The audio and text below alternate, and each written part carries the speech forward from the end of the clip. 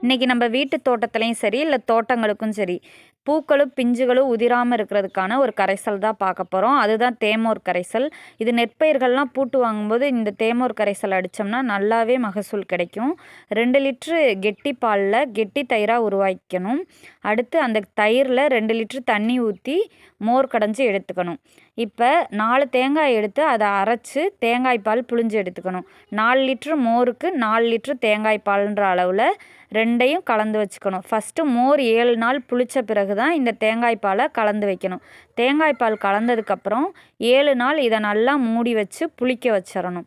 இந்த இது நல்லா புளித்து வாசனையெல்லாம் ரொம்ப ஹெவியாக வரும். அதுக்கப்புறம் தான் இந்த தேமோர் கரைசல் பயன்படுத்தணும்.